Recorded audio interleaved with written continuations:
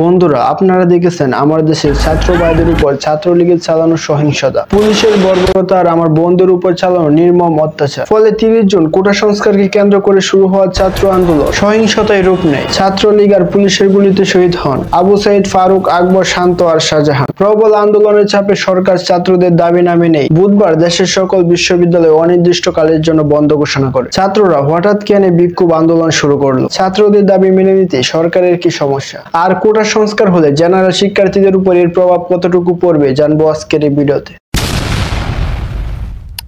17 ফেব্রুয়ারি 2018 ঢাকা বিশ্ববিদ্যালয়ের ছাত্র সমাজ 46 বছর ধরে চলা কোটা বৈষম্যের বিরুদ্ধে শান্তিপূর্ণ আন্দোলন শুরু করে। লাগাতার চলা বিক্ষোভ এবং মানববন্ধন কর্মসূচি 4 এপ্রিলের মধ্যে সারা দেশে ছড়িয়ে পড়ে। একে একে যোগ হতে থাকে দেশের অন্যান্য বিশ্ববিদ্যালয় ও ছাত্ররা। লাগাতার আন্দোলনে সাধারণ শিক্ষার্থীদের অংশগ্রহণের চাপে 2018 সালের 4 অক্টোবর সরকারি চাকরিতে নারী কোটা 10%, মুক্তিযোদ্ধা কোটা 30% এবং জেলা কোটা 10% বাতিল করে সরকার একটি পরিপত্র জারি করে। জনপ্রশাসন মন্ত্রণালয় জারি করে এই পরিপত্রে বলা হয়েছিল, প্রথম শ্রেণী এবং দ্বিতীয় শ্রেণীর পদে সরাসরি নিয়োগের ক্ষেত্রে মেধার ভিত্তিতে নিয়োগ করা হইবে। বিদ্যমান কোটা পদ্ধতি বাতিল করা হইল। এই ঘোষণার ফলে প্রথম ও দ্বিতীয় শ্রেণীর সরকারি চাকরিতে 46 বছর ধরে চলা কোটা পদ্ধতি বাতিল হয়। এরপর দেশের পরিস্থিতি আবার আগের মতোই স্বাভাবিক হয়ে যায়। কিন্তু হঠাৎ এমন কি হয়েছিল যে ছাত্রদের আবার নতুন করে কোটা সংস্কারের জন্য আন্দোলন করতে হচ্ছে? আজকের এই করুণ পরিস্থিতির সূত্রপাত হয় 2021 সালে। ওহিদুল ইসলাম নামের এক ভদ্রলোক সহ আরো 7 জন মুক্তিযোদ্ধার ছেলে 18 সালের কোটা ব্যবস্থা বাতিল পরিপত্রকে অবৈধ চ্যালেঞ্জ করে হাইকোর্টে রিট আবেদন করে। সে আবেদনের চূড়ান্ত শেষে বিচারপতি কে এম কামরুল কাদের ও বিচারপতি খিজির হায়াতের হাইকোর্ট ব্রাঞ্চ 2018 সালের কোটা পদ্ধতি বাতিলের সিদ্ধান্তকে অবৈধ ঘোষণা করে রায় দিয়েছিল এবছরের 5 জুন।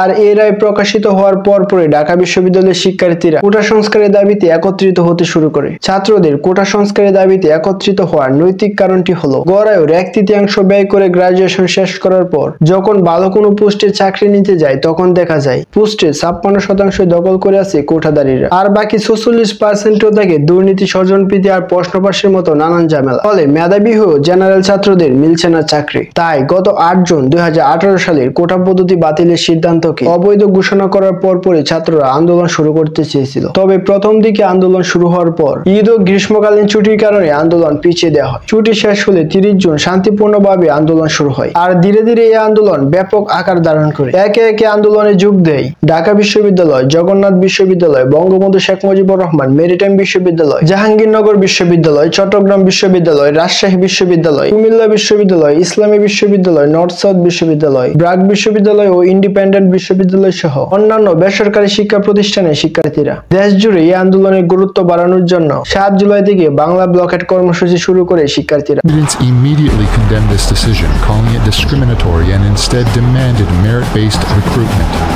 দুদিন এই বাংলা ব্লকেট কর্মসূচি চলার পর 10 জুলাই আন্দোলন চলাকালীন সময়ে মুক্তিযুদ্ধ কোটা নিয়ে হাইকোর্টের দেওয়া রায়ে আপিল বিভাগ 4 সপ্তাহের জন্য স্থিতাবস্থা জারি করে আন্দোলনকে দমন করার জন্য। তখন শিক্ষার্থীরা আদালতের রায়ের জবাবে বলেন আন্দোলনের সাথে আদালতের কোনো সম্পর্ক নেই এবং তারা সরকারের কাছে কোটা সমস্যার চূড়ান্ত সমাধান চান। সরকারের কাছে ছাত্রদের মূলত 3টি দাবি: 1. সরকারি চাকরিতে কার্যকর বর্তমান কোটা পদ্ধতি বাতিল। 2. অনগ্রসর গোষ্ঠী ও বিশেষ চাহিদা সম্পন্ন ব্যক্তিদের ন্যায্য হারে কোটা প্রদান করা। কোটা সর্বোচ্চ 5% পর্যায়ে নামিয়ে সংসদে নতুন আইন পাশ করা। আর এই সংস্কার আন্দোলনে 9 জুলাই পর্যন্ত কোনো ভায়োলেন্স দেখা যায়নি। 10 জুলাই ঢাকা বিশ্ববিদ্যালয়ের শিক্ষার্থীরা কেন্দ্রীয় গ্রন্থাগারের সামনে জড়ো হয়ে শাহবাগে গিয়ে স্থানটি অবরোধ করে। আর আইন শৃঙ্খলা বাহিনীর সদস্যরা শিক্ষার্থীদের সামনে ব্যারিকেড দিয়ে অবস্থান করে। দুপুরে জানানো হয় 2018 সালে কোটা ব্যবস্থা বাতিল করে হাইকোর্ট যে রায় দিয়েছিল, এই রায়কে 4 সপ্তাহের জন্য স্থিতাবস্থা দেওয়া হয়েছে। প্রধান বিচারপতি শিক্ষার্থীদের ফিরে যাওয়ার অনুরোধ করেন। 11 জুলাই বিকাল 3টা থেকে শাহবাগ অবরোধের কথা থাকলেও